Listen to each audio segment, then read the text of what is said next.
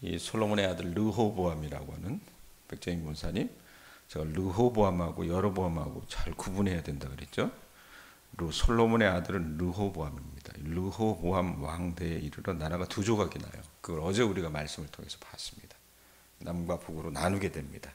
그리고 이 북의 10지파가 주축이 된, 그러니까 면적이나 인구로 봐서는 훨씬 커요. 북이스라엘이. 이 큰 나라, 곧 북이스라엘의 왕으로 여로보암이 등극을 합니다. 왕의 자리. 르호보암이 아니에요. 여로보암입니다. 북이스라엘의 왕이 됐던 사람은. 자, 왕이 됐어요. 왕이 됐으면 여러분 어떻게 합니까? 나라를 잘 다스려야 되잖아요. 자, 그런데 여러분 이 11장 한번 보세요. 열왕기상 11장 37절에서 39절에 보면 하나님께서 이 여로보암이 자질이 된 부분도 있었겠지만 하나님께서 여로보암을 택하신 것이거든요. 택하셨는데 말씀 한번 보세요. 37절에서 39절, 11장 37절에서 39절 말씀입니다. 자, 37절에서 39절 말씀 한번 읽습니다. 시작. 내가 너를 취하리니 너는 내 마음에 원하는 대로 다스려 이스라엘 위에 왕이 되되 내가 만일 내가 명령한 모든 일에 순종하고 내 길로 행하며 내 눈에 합당한 일을 하며 내 종 다윗이 행함같이 내 율례와 명령을 지키면 내가 너와 함께 있어 내가 다윗을 위하여 세운 것 같이 너를 위하여 견고한 집을 세우고 이스라엘을 내게 주리라. 내가 이로 말미암아 다윗의 자손을 괴롭게 할 것이나 영원히 하지는 아니하리라 하셨느니라 한지라. 자, 37절 말씀 딱 보면 뭐라고 얘기하냐면, 자, 내가 너를 취하리니, 내가 누구예요? 내가 여호와 하나님이요. 너라고 하는 사람이 누굽니까? 여로보암을. 하나님께서 여로보암을 취하리니, 그러면서 너는 내 마음에 원하는 대로 다스려 북이스라엘의 왕이 되게 해주시겠다라고 하나님께서 말씀하셨습니다. 이 아히야를 통해서 하나님께서 이 여로보암에게 예언해 주신 거예요. 그리고 하나님께서 단서를 거세요. 38절에 보면 뭐라고 얘기합니까? 너 여로보암이 만일 내가 명령한 모든 일에 순종하고 내 길로 행하며 내 눈에 합당한 일을 하며 내 종 다윗이 행함같이 내 율례와 명령을 지키면 어떤 복을 주신대요? 내가 너와 함께 있어 내가 다윗을 위하여 세운 것 같이 너 여로보암을 위하여 견고한 집을 세우고 이스라엘을 여로보암에게 주겠다라고 이미 약속을 하셨어요. 여러분, 여로보암을 왕 삼아 주신 분은 누구냐? 여로보암이 능력이 되겠고 자질이 됐기 때문에 그가 정치 권력의 투쟁을 통해서 왕자리를 차지한 게 아니라 여로보암을 왕 삼아 주신 분은 누굽니까? 하나님이라는 겁니다. 그리고 그가 만일 하나님이 명령하신 모든 일에 순종하고 주의 종 다윗이 행한 것 같이 여호와 하나님의 율례와 명령을 지키면 다윗에게 그러하셨던 것처럼 그와 함께 있어 그를 위하여 견고한 나라를 세우시고 이스라엘을 그에게 주릴 것이라고 하나님께서 분명히 아히야를 통해서 예언해 주셨어요. 여러분, 여로보암은요 자기 힘으로 왕권을 얻은 게 아니었다는 얘기입니다. 그 나라는 하나님이 은혜로 주신 선물이었어요. 세상에 이런 횡재가 어디 있어요. 또 여로보암은요 정치적인 책략으로 왕이 된 게 아니라 이 말씀에 의거해 보면요 오로지 하나님의 은혜로 왕이 된 겁니다. 자, 그렇기 때문에 그는 그에게 약속하신 것을 이루시는 하나님을 보게 된 거예요. 이 여러 가지 어떤 왕국의 분열상을 통해서 말씀하신 것을 이루시는 하나님을 보게 됐고, 이 여로보암에게는 하나님이 약속을 지키실 것이라는 사실을 믿을 수 있는 충분한 이유가 있었습니다. 왜? 자신의 삶 속에서 하나님께서 응답해 주셨잖아요. 특별히 여러분 우리가 읽었던 11장 38절에 여호와의 길로 행하는 것, 이것은요 여로보암이 하나님의 약속하신 그 말씀을 의지하고 신뢰하고 그 말씀에 순종하는 것을 말합니다. 자, 그렇다면 여러분 하나님을 의지하고 하나님의 약속의 말씀에 순종했는가? 오늘 말씀이 여러분 그 물음에 대한 답이 될 것 같습니다. 북왕국의 초대 왕이었던 여로보암은요, 하나님이 약속하신 나라를 큰 은혜로 받았음에도 불구하고 하나님을 신뢰하지 않았습니다. 말씀 한번 보세요. 여로보암의 여러 통치 행위들이 여러분 오늘 우리가 읽은 25절부터 33절까지 나오는데, 먼저 25절 한번 보세요. 그럼 뭐라고 나옵니까? 여로보암이 에브라임 산지에 세겜을 건축하고 거기서 살며 거기서 나가서 분회를 건축하고, 세겜을요 북이스라엘의 수도로 정했다라는 얘기입니다. 자, 남한의 수도가 서울이듯이 북이스라엘의 수도는요 세겜이었어요. 자, 나라를 세웠으니 당연히 새로운 도시를 수도 삼는 것은 여러분 나쁜 일 아닙니다. 통치 행위로서 정당한 일입니다. 인정할 수 있는 일이라 그 말입니다. 자, 그런데 26절에 보면요, 이 여로보암이 왔다 갔다 해요. 26절, 27절 같이 한번 읽어봅니다. 읽습니다. 시작. 그의 마음에 스스로 이르기를 나라가 이제 다윗의 집으로 돌아가리로다. 만일 이 백성이 예루살렘에 있는 여호와의 성전에 제사를 드리고자 하여 올라가면 이 백성의 마음이 유다 왕된 그들의 주 르호보암에게 돌아가서 나를 죽이고 유다의 왕 르호보암에게로 돌아가리로다 하고. 자, 새로운 나라를 세웠어요. 하나님께서 주신 것이잖아요. 땅덩어리도 훨씬 넓고요, 백성들도 훨씬 많습니다. 자, 그 나라의 왕이 돼서 새로운 수도 세겜이라고 하는 수도를 건설하고 독립국가가 필요로 하는 기관들을 갖추는 것은 이 여로보암 자기 요량대로 얼마든지 할 수 있는 일이었습니다. 하나님 그거 가지고 나쁘다고 얘기 안 하세요. 그런데 고민거리가 있는 거예요. 말씀에 한번 보세요. 26절에 보면 앞에 뭐라고 얘기합니까? 그의 마음에 스스로 이르기를 얘기를 해요. 도대체 이 하나님을 섬기는 예배, 이 예배를 가지고 고민하다 보니까요, 자기 머릿속으로는 도대체 하나님이 분명히 이 나라를 자기에게 주셨다는 것을 알고 그 하나님을 섬기고 신뢰하면 그 나라가 영원할 것이라는 약속을 주셨음에도 불구하고 마음이 왔다 갔다 해요. 왜? 이스라엘 백성들이 하나님을 섬기는 예배는요, 여전히 예루살렘 성전이 있는 그곳을 중심으로 이루어지고 있었기 때문에 그렇습니다. 그래서 여로보암은 자기 나라 백성들이 제사를 드리고 절기를 지키기 위해서 예루살렘 성전을 찾아가게 되면 이 사람들 다시 유다로 돌아가는 거 아니야? 이런 고민을 했던 거예요. 백권사님 눈 뜨시고, 예? 이런 걱정을 했어요. 예? 여러분, 권력자들에게서 볼 수 있는 모습이 여로보암에게서 발견이 되는 겁니다. 다 불안증이 있잖아요. 여로보암은요, 미안하지만 아무도 믿지 않았던 것 같습니다. 자기를 왕으로 옹립한 백성도 더 믿지 않았고, 더더군다나 특별히 그는요, 자기를 왕 삼아 주신 분이 누구예요? 하나님이잖아요. 우리가 11장 말씀을 통해서 봤잖아요. 하나님이 그렇게 은혜로 자기를 왕 삼아 주셨음에도 불구하고 그 하나님도 신뢰하지 않았다는 얘기입니다. 그가 믿음 있는 사람이었으면 백성들이 예루살렘 성전에 가서 예배하더라도 그냥 그렇게 두고 그 하나님을 신뢰하고 하나님을 섬겼더라면 더 놀라운 것을 하나님이 주셨을 거예요. 그런데 이게 불안했던 거예요. 인간이 이 모양이에요. 그러니까 어떻게 합니까? 나름의 꼼수, 자기식의 어떤 대책을 강구하는 것이 28절에서 33절의 내용입니다. 자, 여로보암이 한 일이 뭔가, 여로보암의 이 대책이 뭔가, 이 꼼수가 뭔가. 첫째, 여로보암은요, 금송아지 2개를 만들어 가지고요, 예배의 대상을 완전히 뒤바꿔 버립니다. 28절 한번 보세요. 28절 말씀. 28절, 29절 한번 읽습니다. 시작. 이에 계획하고 2 금송아지를 만들고 무리에게 말하기를 너희가 다시는 예루살렘에 올라갈 것이 없다. 이거 불안했잖아요. 예? 그러니까 어떻게 한 겁니까? 금송아지 2개 만들고 거기 말씀에도 보면 28절 앞에 뭐 어떤 말이 있어요? 이에 계획하고. 하나님이 주신 어떤 여러분 지침이 아니었어요. 자기 스스로 이르기를 그다 놓고 이에 계획하고 금송아지 2개 만들어 가지고 뭐라고 얘기합니까? 예루살렘에 올라갈 것 없다. 그래놓고 뭐라고 붙여요? 올라갈 것이 없도다. 그래놓고 뒤에 뭐라고 얘기합니까? 읽어보세요. 이스라엘아, 이는 너희를 애굽 땅에서 인도하여 올린 너희의 신들이라 하고.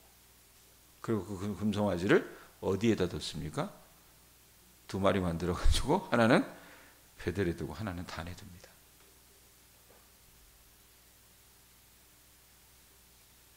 신명기 9장 8절에서 21절에 보면 하나님께서 모세에게 율법을 주실 때에 어떤 말씀을 하셨냐면 형상을 숭배하지 말라 그랬어요.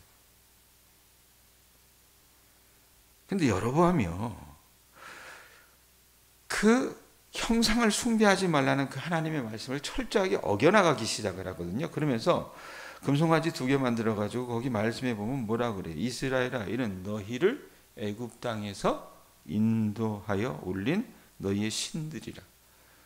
성경 혹시 자주 읽으세요? 자주 읽으시면 이게 누가 한 말인지 혹시 기억하시는 분들이 있을런지 모르겠어요. 여로보암이 처음 한 말이 아닙니다. 누가 했어요? 모세가 하나님의 율법을 받으러 시내산에 올라갔을 때 백성들이 두려워 떨잖아요. 막 천둥이 임하고 막 번개가 치고 막 이러면서 하나님의 영광이 임하니까. 그래서 어떻게 합니까? 우리에게 하나님을 볼 수 있는 대체물을 달라고 아론에게 막 으르고 달랩니다. 그래서 아론이 했던 게 뭐예요? 금가락지 빼고 목걸이 빼고 이래가지고 금송아지 만들죠. 금송아지 만들어 놓고 아론이 했던 말이 여러분 이 말입니다.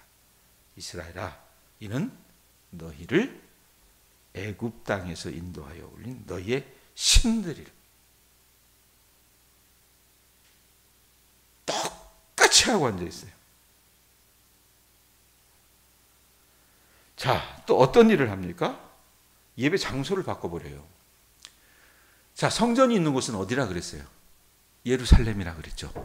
자, 그런데 그곳에 백성이 가는 것이 불안한 거예요.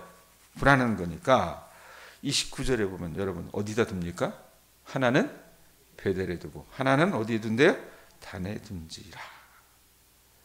신명기 12장 5절에서 7절 보면 하나님께서 분명히 말씀하셨습니다. 중앙성소 바깥에서는, 그 성막, 회막 바깥에서는 희생제사를 금지했어요. 그러니까 하나님의 이름과 영광을 두신 곳은 성소, 다윗 이전의 시기에는 장막이었어요, 그것이. 그리고 솔로몬 시대 이후로는 예루살렘 성전이었습니다. 그런데 여로보암이 불안한 거예요. 백성들이 거기 가서 예루살렘 성전에 가서 예배드렸다가는 민심이 곧 이반할 것 같은 그런 생각이 들었으니까 어떻게 합니까? 그 하나님의 율법을 어겨나가기 시작을 한 겁니다. 거기 갈 거 없다. 여기서 들어가 편하게. 자, 세 번째 어떤 일을 합니까? 여로보암은요, 레위 자손이 아닌 보통 백성으로 제사장을 삼아서 예배를 주관하는 사람들로 바꿔버립니다. 이게 어디 나와요? 31절 뒷부분 한번 보세요. 자, 거기 보면 뭐라고 얘기합니까? 레위 자손을 제사장으로 삼았대요? 뭐라고 얘기해요? 레위 자손 아닌 보통 백성으로 제사장을 삼았다라고 얘기합니다. 신명기 18장 1절에서 8절에 보면 레위 자손이 아닌 사람들을 제사장 삼지 말라고 분명히 말씀하셨습니다. 자, 그런데 어떻게 합니까? 율법을 어겨버리는 거예요. 자, 근데 이것도 불안해요. 그러니까 나중에 어떻게 합니까? 절기까지 뒤바꿔 버립니다. 32절 보세요. 32절 말씀. 32절 읽습니다. 시작. 8째 달, 곧 그 달 15째 날로 절기를 정하여 유다의 절기와 비슷하게 하고 제단에 올라가서 베델에서 그와 같이 행하며 그가 만든 송아지에게 제사를 드렸으며 그가 지은 산당의 제사장을 베델에서 세웠더라. 그가 자기 마음대로 정한 달, 곧 8째 달 15째 날로 이스라엘 자손을 위하여 절기를 정하고 베델에 쌓은 제단에 올라가서 분향하였더라. 어떻게 인간이 이럴 수가 있어요? 하나님께서 그 나라를 선물로 주셨잖아요. 아히야를 통해서 분명히 말씀하셨습니다. 하나님께서 주신 율법을 지켜 행하고 다윗의 길로 행하면 어떻게 해요? 그 나라를 여로보암에게 분명히 주신다라고 약속하셨어요. 그런데 인간이 불안하니까 다 뒤바꾸는 겁니다. 하나님을 대신해서 송아지를 하나님 닮지 않나. 예? 자기 스스로 이르기를 스스로 계획해서 예배 장소도 뜯어바꾸고요. 제사장도 어떻게 합니까? 레위 사람이 아닌 사람으로 제사장 만들고 절기까지 뒤바꿔 버립니다. 자, 여러분 한번 보세요. 만약에 북이스라엘에서 이 여로보암을 자문하던 사람의 입장에서 보면, 여러분 이건 실제적으로 필요한 조치입니다. 왜? 나라를 견고히 해야 되지 않습니까? 또 정치적으로 뛰어난 책략이라고 크게 격려했을 게 분명합니다. 여로보암은요, 자기 나라의 안녕을 위해서 필요하다라고 생각되는 일이라면 기꺼이 추진해 나가는 결단력을 가진 지도자였고 의사결정자처럼 보인다, 그 말입니다. 세상의 눈으로 보면 그렇게 보여요. 자, 그런데 이런 여로보암의 행동에 대한 하나님의 판단이 나옵니다. 그게 어디에 나옵니까? 30절 말씀 보세요. 30절 말씀. 하나님이 뭐라고 얘기합니까? 읽습니다. 시작. 이 일이 죄가 되었으니 라고 얘기합니다. 이 일이 죄가 되었으니. 열왕기 상하 말씀을 쭉 보면요, 이 여로보암의 죄가 22번이나 언급이 됩니다. 여기서만 죄라고 얘기하지 않고요, 이 이후로 북이스라엘 왕들이나 남쪽의 남유다의 왕들 중에 악한 왕들은요, 여로보암이 행한 대로 그 모양 곧걸로 죄를 범했습니다. 그러니까 여로보암의 죄는 언제나 상식에서 벗어난 예배와 관련된 것이었거든요. 여러분, 여로보암은요, 하나님께 잘못된 방법으로 예배를 드려버렸다라는 얘기입니다. 그럼 적용할 수 있었으면 좋겠습니다. 여러분, 하나님을 신뢰하지 않는 모습들, 여로보암에게서만 나타난다고 생각하십니까? 오늘 우리에게서도 나타날 수 있습니다. 제가 도시교회에 있다가 우리 동양교회 오니까 어느 분이 그런 얘기를 해요. 전임 목사였던 유이상 목사가 우리 교회 교인들 가운데 끄떡하면 교회를 안 나오는 사람들이 있어서 그분들을 찾아다니면서 언젠가 설교하면서 자기 넋두리를 한 적이 있대요. 내가 도대체 뭐 하는 짓인가.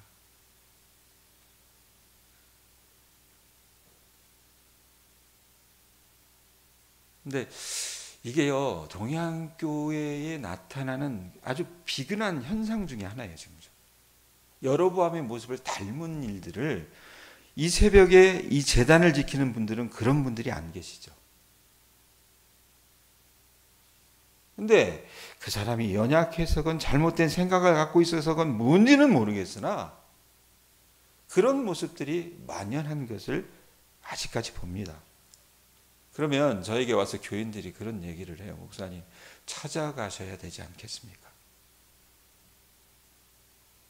죄송스럽지만요, 우리 어르신들이 아프시거나 또 마음에 상심하는 어떤 가정에 큰 불안이나 어려움이 있다면 저는 100번이라도 갈 것입니다.